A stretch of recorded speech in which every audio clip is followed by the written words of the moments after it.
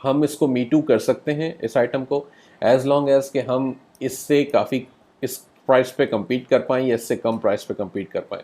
اب امیزون کب جائے گا آؤٹ آف اسٹاک یہ آپ کو نہیں پتا، نہ مجھے پتا ہے. اب ہو سکتا ہے کل چلا جائے، ہو سکتا ہے اگلے 6 مہینے تک نہ جائے. تو 6 مہینے تک آپ کی انوینٹوری اگر آپ یہاں پہ اس پرائس میں کمپیٹ نہیں کر پا رہے ہیں یا اس سے بالکل بھی آپ کے پرائس بڑے زیادہ آف ہیں، بہت زیادہ پرائس رکھ کے آپ بیچ رہے ہیں، تو پھر تو مشکل ہو جائے گا کہ اگلے 6 مہینے میں بھی اگر امیزون گیا ہی نہیں آؤٹ آف اسٹاک تو آپ کے لیے بیچنا مشکل ہو جائے گا. وہ انوینٹوری وہاں پڑی رہے گی، پھر وہ اسٹوریج فیس اور یہ سب چیزیں آپ کے اوپر لگنا شروع ہو جائیں گے، پھر آپ کا پی ایل اسکور بھی خراب، پی آئی اسکور بھی خراب ہو جائے گا. تو یہ سب چیزیں تھوڑی سی سوچنے والی ہوتی ہیں. یا تو پھر ٹرائی کرنا ہو تو پھر آپ یہ کر سکتے ہیں کہ چھوٹی کوانٹٹی اٹھائیں، لائک 10-12 پیسز، اور اس کو بیچیں، یہاں پر رکھیں. اور اس کو بیسکلی وہ ایک آپ کا ایکسپیریمنٹ ہو سکتا ہے کہ جی ٹھیک ہے اگر ہم کمپیٹ کر پاتے ہیں اس سے اور دیکھتے ہیں امیزون کیا کرتا ہے، بائی باکس ہمیں کتنا فریکوینٹلی ملتا ہے، تو آپ اس کو ٹرائی بالکل کر سکتے ہیں. اگر خدا نہ خواستہ لاس اٹھانا بھی پڑے تو آپ کو اتنی تکلیف نہ ہو، مقصد یہ ہے بتانے کا. ٹھیک ہے. اب سیلرز کو انالائز میں جو کرنے کی میں نے بات کی تھی وہ ہم کر لیتے ہیں یہاں پہ. تو یہاں دیکھیں ایک مجھے سیلر نظر آ رہا ہے، B I C warehouse. B I C warehouse, اب مجھے پرسنلی پہلے سے پتا ہے کہ B I C warehouse ایک بہت بڑا ہول سیلر ہے خود بھی. انفیکٹ آپ اس سے پرچیزنگ کر کے، ہول سیل میں پرچیزنگ کر کے امیزون پہ سیل کر سکتے ہیں. تو یہ تو مجھے اس کے بارے میں پتہ ہی تھا.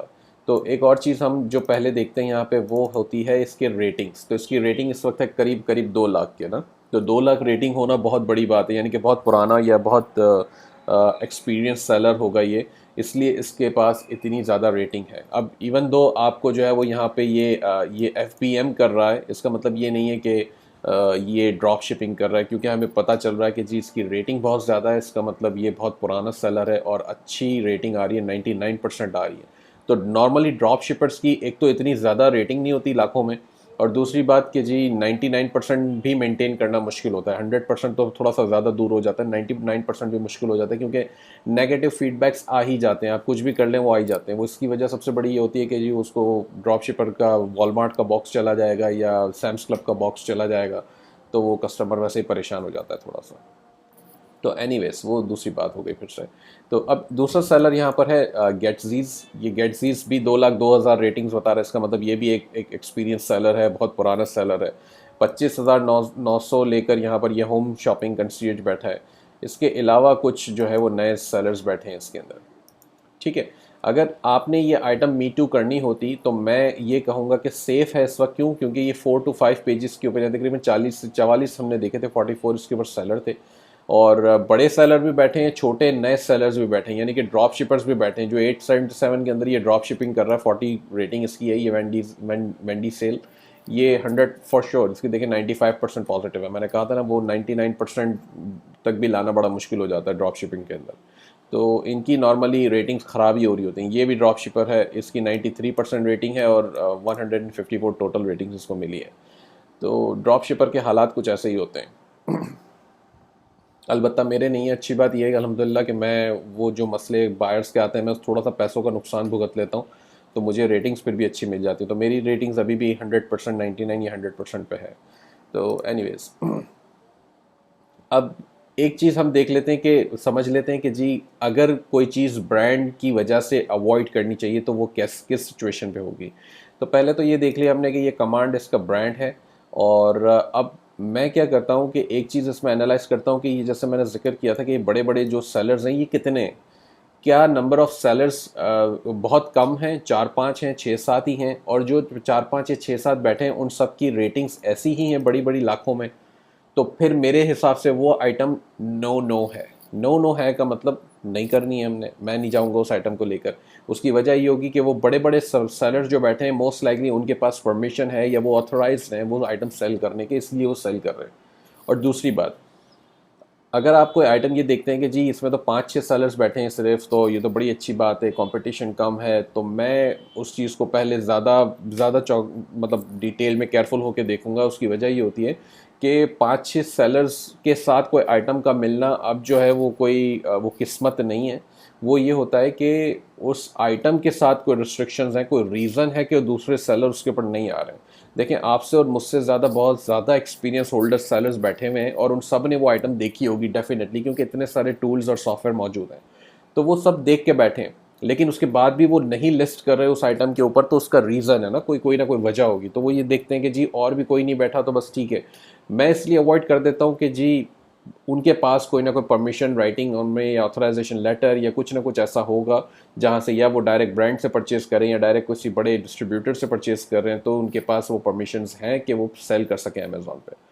اس کے بعد بھی اگر آپ لسٹ کرتے ہیں تو آپ کے پھر وہ جو کاپی رائٹ جو وائلیشن کے جو وارننگ آنے کے چانسز جو ہیں پھر وہ امیزون کے میرے حساب سے زیادہ بڑھ جاتے ہیں. ٹھیک ہے. اب دوسری ایک اور چیز دیکھ لیں. اس میں کمانڈ جو ہے مجھے یہاں پر بتا رہا ہے کہ جی اس کا برانڈ نیم ہے. اگر 3M ہو کمانڈ ہو یا کوئی بھی XYZ اس کا برانڈ نیم ہو، تو سیلرز کو اچھی طرح انالائز کر لیں. اگر تھوڑے سے سیلرز ہیں، اب یہاں پہ تو 40-50 سیلرز ہیں تو انالائز کرنے کی اس چیز کو ضرورت نہیں ہے جو میں آپ بتا رہا ہوں. لیکن اگر تھوڑے سے سیلر ہیں، 10 یا 15 ہیں، 20 ہیں ایکسکیوز می، تو 15-20 سیلر کی سچویشن میں آپ اس کو ضرور انالائز کر لیں کہ جی سیلر جو برانڈ ہے وہ خود تو نہیں بیٹھا. اب ضروری نہیں ہے کہ کمانڈ اس کا برانڈ ہے تو وہ کمانڈ کے نام سے اس کو سیلر ہو، جیسے نارملی پرائیویٹ لیبل والے لوگ اکثر کرتے ہیں. ایسا اس میں اکثر نہیں ہوتا. ان کا برانڈ نیم تو کمانڈ ہے، لیکن ان کا بزنس نیم یا سیلر نیم کچھ اور ہو سکتا ہے. وہ ہو سکتا ہے جی کمانڈ انٹرپرائزز LLC یا کمانڈ کارپوریشن فار ایگزامپل.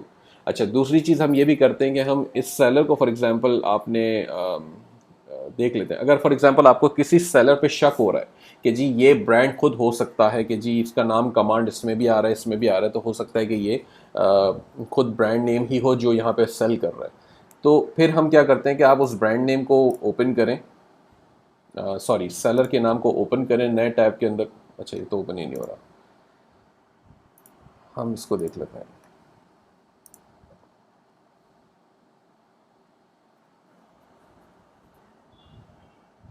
اس کی پروڈکٹس میں چلے جائیں.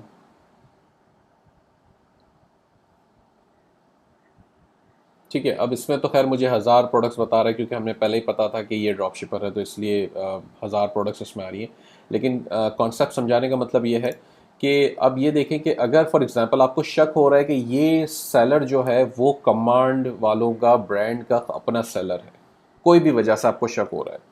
مجھے شک اس وقت ہوتا ہے جب کمانڈ کا نام یا کمانڈ سے ریلیٹڈ کوئی نام جو ہے یا اس کا کوئی سینونیم کمانڈ کا اگر بن کے یہاں پہ آ رہا ہے سیلر کے نام میں، تو پھر مجھے تھوڑا سا ڈاؤٹ ہوتا ہے. تو پھر میں اس کو اوپن کر کے بھی دیکھ لیتا ہوں مزید تسلی کرنے کے لیے.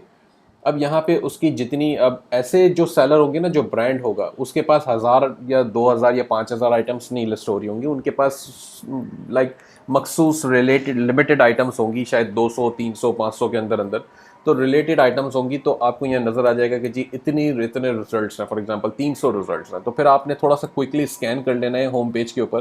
تو کیا اب یہ سیلر کس ٹائپ کی آئٹمس بیچ رہا ہے؟ کیا اس کے پاس زیادہ تر آئٹمس آپ کو 2-3 شروع کے 2-3 پیج پہ کمانڈ کی ہی نظر آ رہی ہیں یا نہیں، یا مکس ہے؟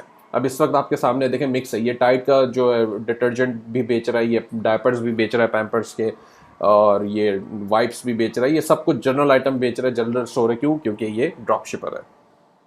تو اگر یہ ڈراپ شپر نہیں ہوتا اور برانڈ نیم برانڈ والوں کا خود کا سیلر ہوتا، تو اس کے پاس زیادہ تر آئٹمس جو ہے وہ کمانڈ کی ہی ہوں گی اگر کمانڈ کا کام کرے. اچھا، کوئی سیلر ایسے بھی ہوں گے جس کے پاس کمانڈ کی کافی ساری آئٹمس ہوں گی لیکن اس کے علاوہ بھی کوئی اور برانڈ ہوگا.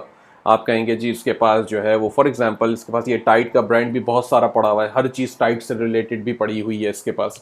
تو پھر اس صورت میں یہ انالائز کرتا ہوں، یہ ریئلائز کرتا ہوں چیزوں سے کہ جی یہ سیلر ہے جس نے ٹائڈ والوں سے یا تو ڈائریکٹ پرمیشن لے رکھی ہے، اس نے کمانڈ کا جو برانڈ ہے اس سے ڈائریکٹ پرمیشن لے رکھی ہے، یا اس کا ہول سیل کا کوئی اکاؤنٹ اس نے لے رکھا ہے. اس لیے لمیٹڈ آئٹمس ہیں لیکن ہول سیل کی ہے. تو اب پھر بات آ جاتی ہے کہ کتنے سیلر سے، اگر یہ نمبر آف سیلرز آپ کے 5 7 10 ہیں تو 10 کے 12 10 12، تو اس کو آپ نے اس طرح انالائز کرنا ہے. یہ میں کرتا ہوں، میرا طریقہ ہے، میں صرف یہ ایکسپلین کر رہا ہوں. ضروری نہیں ہے، اس سے ہو سکتا ہے کسی کے پاس بہتر طریقہ ہو سکتا ہے کہ اس کے علاوہ کوئی شارٹر طریقہ ہو. آپ کہیں گے یہ تو بڑا لمبا پروسیس ہے. یہ لمبا پروسیس نہیں ہے، لیکن یہ میں ایکسپلین تھوڑا سا ڈیٹیل میں کر رہا ہوں اس لیے لمبا لگ رہا ہے. ادر دین دیٹ یہ ہمیں لائک کوئکلی ہم صرف اسکین کرتے ہیں نظروں سے، ہم نے جو ہے وہ کوئک اسکپنگ کر لی اور ہمیں نظر آ جاتا ہے کہ جی ٹھیک ہے یہ آئٹم از اوکے اور نو. ٹھیک ہے. یہ سب کرنے کے بعد بھی خدا نہ خاصہ پالیسی وارننگ آنے کے چانسز ہیں. یہ کوئی گارنٹیڈ سولوشن نہیں ہے. پہلے میں آپ کو بتا رہا ہوں یہ گارنٹیڈ سولوشن نہیں ہے. ہاں لیکن اس سے ہم کافی زیادہ رسک کو جو ہے اپنے وہ لو کر دیتے ہیں کہ جی ٹھیک ہے اگر ہمیں کچھ ایسا کچھ نظر آ رہا ہے تو وہ پھر آئٹم ہم ہاتھ نہیں ڈالتے، اس پہ ہم شک ہو رہا ہے 5-7 سیلرز بیٹھے ہیں صرف, یا جو سیلرز بیٹھے ہیں سارے بڑے بڑے ہیں, جیسے یہ BIC والا ہے یا یہ گیٹزیز والا ہے, یہ جو لاکھوں میں جن کی ریٹنگ ہے, سارے ہی ایسے بیٹھے ہیں سیلرز اس کے اوپر, تو پھر بھی ہم اس کے اوپر ہاتھ نہیں ڈالتے. ٹھیک ہے, تو یہ اسپیشلی آپ نے سمجھنا ہے کہ برانڈ سیلنگ کے اندر پھر آپ کے پاس, اور سب سے بڑی بات, سب سے امپورٹنٹ بات, کہ جو ایسے برانڈس ہیں جیسے جو کلودنگ کے اندر, جو شوز کے اندر, لیڈیز بیگز کے اندر, واچز کے اندر, یہ تمام یہ جو ایک مین کیٹیگری امیزون کی کلودنگ کی, اس کے اندر تمام چیزیں آ جاتی ہیں. اب ان تمام چیزوں کے اندر جو برانڈز ہیں جو بڑے بڑے ہیں, ایڈیڈاس ہے, نائک ہے, گیس کے آئٹمس ہیں, یا جو بھی XYZ آپ کے پاس بہت سارے ہیں. ٹھیک ہے, تو ان تمام برانڈس کے اوپر تو آپ کو ویسے ہی ہاتھ نہیں, اول تو وہ نئے سیلرز کو اس کیٹیگری میں ہی نہیں جانے دیتا. کلودنگ کی کیٹیگری ہی گیٹڈ ہوتی ہے امیزون پر, تو وہ ویسے ہی نہیں جانے دیتا آپ کو اس کیٹیگری کی کسی بھی آئٹم کے اندر. لیکن پھر تھوڑے عرصے میں جب آپ کی پرفارمنس بہتر ہو جاتی ہے تو وہ کیٹیگری اوپن ہو جاتی ہے آپ کے لیے, وہ ان گیٹ ہو جاتی ہے, تو پھر اس میں آپ انٹر ہو سکتے ہیں. لیکن پھر بھی اسپیشلی یہ جو بڑے بڑے برانڈز ہیں اس سے دور رہیں, انلیس کہ آپ کا کوئی ایسا بڑا ڈسٹریبیوٹر آپ کو مل جاتا ہے ان برانڈس کا اور آپ ان کے ساتھ پھر بھی کام کرنا چاہیں تو وہ الگ بات ہے. لیکن وہ ایک آگے کی بات ہے, وہ آپ شروع میں پہلے نئے سیلر کے طور پہ آپ یہ سب کام ابھی نہیں کر پائیں گے. ٹھیک ہے, تو می ٹو لسٹنگس اور می ٹو لسٹنگس کو ہم نے کیسے فائنڈ کرنا ہے اور برانڈس کو کیسے اوائڈ کرنا ہے, یہ دو چیزیں ہم نے جو ہیں یہاں پر اس وقت سمجھ لی ہیں. صحیح ہے, اب ہم دیکھتے ہیں کہ ہول سیل سپلائرس کیسے ہمیں ملتے ہیں.